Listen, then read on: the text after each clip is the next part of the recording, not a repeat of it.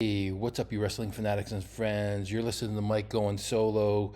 Gonna do a Final X preview. Um, Jamie's busy. Big week of wrestling coming up with the world team line or spots on the line, and we've got some just serious talent gonna battle it out at all levels. But today I'm doing men's freestyle for the seniors starting at 57 kilograms. I mean, there's so many narratives for this matchup between Spencer Lee and Luke Lilledahl that it's pretty overwhelming, right? I mean, you have so many pieces of information, so many background stories, right? Pennsylvania wrestler Spencer Lee goes to Iowa and rejuvenates that program, gets them their first national title since, I don't know, 2013, I'm not sure. And probably would have a second title had there not been the COVID year. But then Lee gets hurt his senior season, and he doesn't go out as a four-time champ that most people thought. And then you have Luke Lilledahl coming in. I mean, went to Wyoming Seminary for a couple of years. He goes to Penn State. And you have the Penn State-Iowa kind of rivalry. You have this somewhat in-state, the Pennsylvania high school wrestling people have adopted Luke Lilledahl, even though he's only spent 2 years at Wyoming Seminary after leaving Missouri. The questions are, large and looming. Is Lee in decline? Or is it his training situation? Is it his age? Is it the genetics? Is it the motivation? Is Luke on the rise? Is he closing a gap? Is he figuring out Lee's weak spots? Is it the training situation? Is it the coaching? And then there's the desire for both of them. Like who has the most desire? Lee being older, he's been to the mountaintop and silver medalist at Worlds and or Olympics, excuse me. And then Luke has not. He's done that at the age level group, but it seems to me that when you look at it, there's we're here because the last second throw, let's just say third period throw that Luke Lilledahl hit on Lee, and this is Lee's rap, right? Like Lee might be the best first period wrestler in the history of wrestling, right? All gas, and he starts fading with his cardio. And was this something that the Penn State staff, Nittany Lion Wrestling Club staff, Luke Lilledahl game planned for to try and get Lee into those deep waters and just keep pushing and for Luke to save some stuff for a sprint at the end? You got to think it is. And will the training situation in Iowa allow for Spencer to game plan? Can he slow it down a little bit in the first period to have gas in the second period? Or is he just going to try and tech Luke in the first period? Like, I don't know what the answers are to any of these things, but the storyline is pretty crazy. And you can look at it as, from a lot of different angles. And it really comes down to, that these guys are pretty close.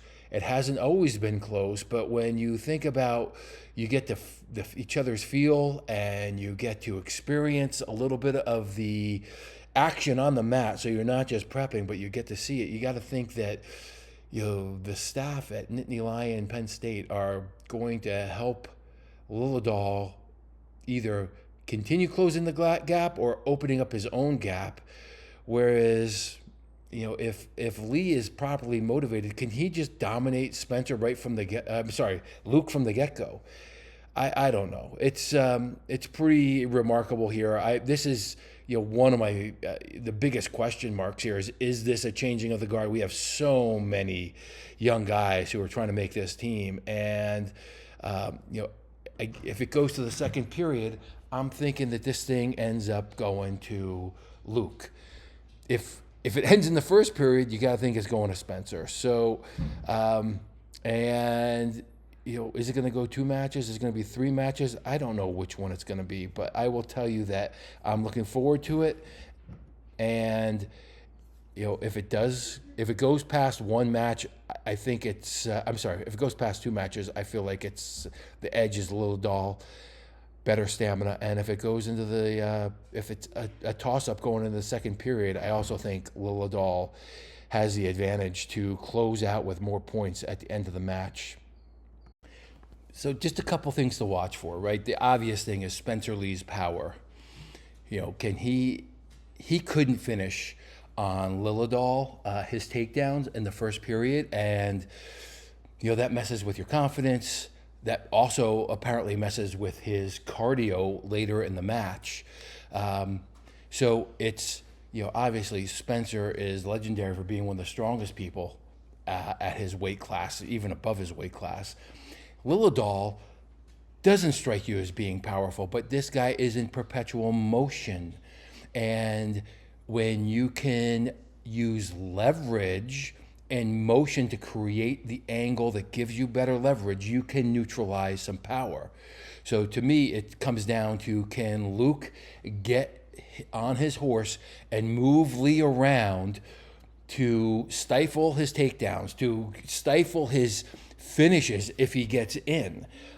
This is something that we will see right away, right? Like that'll be, obvious if he can do it. And if he does that, everybody says that Spencer Lee is a smart wrestler, but I don't know how smart he is. He's so dang powerful that his IQ in wrestling, I have question marks when we see his silver medal. I thought he should have had a gold. NCAAs, when he was hurt, we've seen a lot of people wrestle hurt, and Lee forfeited out. So when it comes down to IQ, I think that Lilledahl is probably underrated. I think he's underrated in general, considering that he is an age level world champion at every age group that he's competed in. And he's a national champ this year.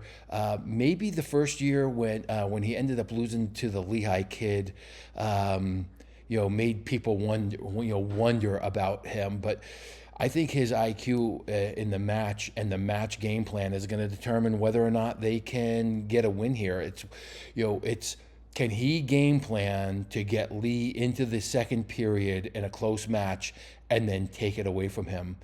And my question then is, if Lilledahl wins the first match, does Lee have the heart to come back? Like it's one of those question marks over this little bit of history. We've seen some weird behavior, whether it's the NCAAs, the world team, even Real American Freestyle.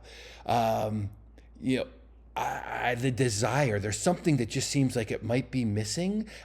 And everybody has a finite amount of time, right? You have, unless you're a really special person, you have like 15,000 hours of competition time or something like that. Don't hold me to that. But when that's done, like, it's very hard for people to ever get it back. And that's, once you've been a champion, it's hard. Everybody says, oh, it's easy. It's hard to win a Super Bowl. It's harder to repeat as a Super Bowl champion because it's hard to have everybody on your squad have that same level of motivation. Here, it's just one person, but it's also the crew, right? Your training partners and your coaches. So I'm taking Luke in 3 matches, but I wouldn't be surprised to see Spencer win in 2.